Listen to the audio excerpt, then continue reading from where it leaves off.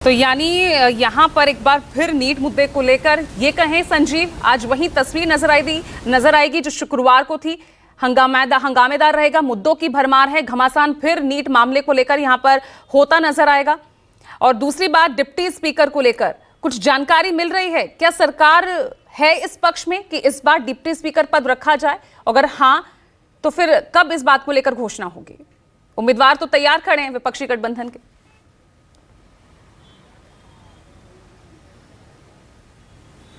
देखिए, विपक्ष ने जिस उम्मीदवार पर उंगली रखी है वो डिप्टी स्पीकर के पद को सुशोभित करने के लिए जाहिर है बहुत काबिल व्यक्ति हो सकते हैं, उनमें सारे गुण मौजूद हैं, लेकिन उनकी उस काबिलियत के लिए नहीं जो कि वो संसद में दिखाएंगे उन पर उंगली रखी गई है, बल्कि उस काबिलियत के लिए जो सियासी तौर पर भारतीय जनता पार्टी की किरकिरी कर सके, इस कारण से उनको चुना जा रहा है। ये बात अपने आप में बहुत स्पष्ट है। ऐसे में जबकि एक संदेश बाहर जाए, बहुत ही ज़्यादा सोच समझकर इस नाम पर ज़ीरो इन कर रही है तमाम ऑपोजिशन पार्टीज़, और इसमें कहीं किसी का विरोध नहीं है। कांग्रेस हो या तृणमूल कांग्रेस हो या फिर समाजवादी पार्टी, तो जाहिर है उसके वो सदस्य हैं ही।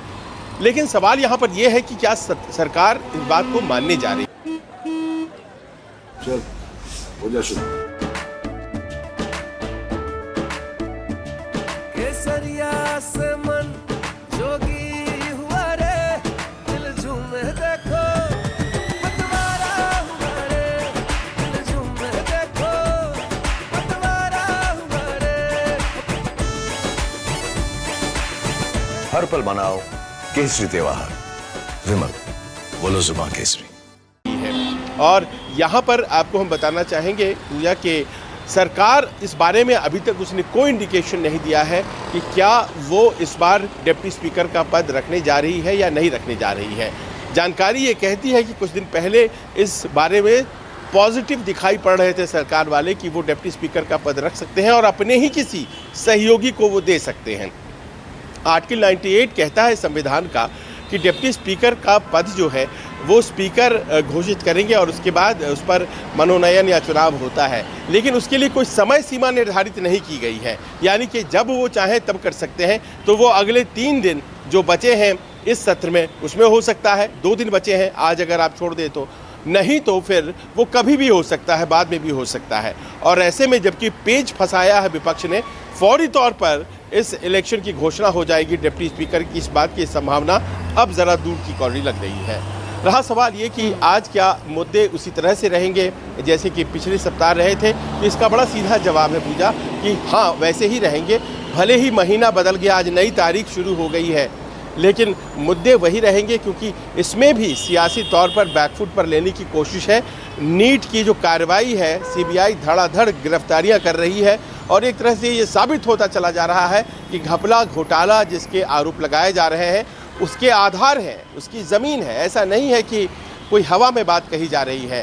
तो इस पक्ष पर सरकार को घेरा जा सकता है, क्योंकि एनटीए का गठन जो है वो तो इसी सरकार ने किया, और साथ ही साथ जो शिक्षा मंत्री है पिछले 5-6 सालों से तो वही है। तो फिर ऐसा क्यों है कि एनटीए में इतनी बड़ी धांधली हो गई? सीबीआई की सारी जो रिपोर्ट्स है और जानकारी है और जो अभी तक का अनुसंधान है वो तो इसी ओर इशारा करता है कि बहुत बड़ा घपला हुआ है। और घपले की तो बात छोड़िए, सीबीआई की जो बिहार की ईओयू यानी कि आर्थिक अपराध शाखा की जांच थी, उसी ने ही बहुत क्लियर कट कह दिया था, ऑन रिकॉर्ड कह दिया था कि उनका investigation suggestive of a leak है, यानी कि लीक हुआ है। तो ऐसे में जाहिर है कि अगर विपक्ष सत्ता पक्ष को घेरे रहता है तो इसमें बहुत आश्चर्य की बात नहीं होगी। आज भी राष्ट्रपति के अभिभाषण पर चर्चा हो पाएगी या आसानी से हो पाएगी, इस बात की संभावना नहीं लगती है। हालांकि सरकार ने तय कर रखा है कि अनुराग ठाकुर इस चर्चा की शुरुआत सरकार की तरफ से करेंगे।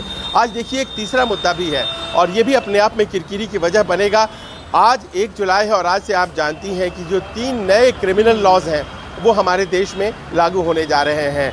भारतीय साक्ष्य संहिता, भारतीय न्याय संहिता और साक्ष्य अधिनियम और नागरिक सुरक्षा संहिता, माफ़ करेंगे। तो ऐसे में ये जो 3 है, इंडियन पीनल कोड सीआरपीसी और इंडियन एविडेंस एक्ट को रिप्लेस करने वाले क्रिमिनल लॉज, ये ऐसे तो सरकार इसको अगर लेकर के आई है तो ये ज़रूरत भी है, क्योंकि हमारी क्रिमिनल जस्टिस सिस्टम में रिफॉर्म्स की आवश्यकता थी।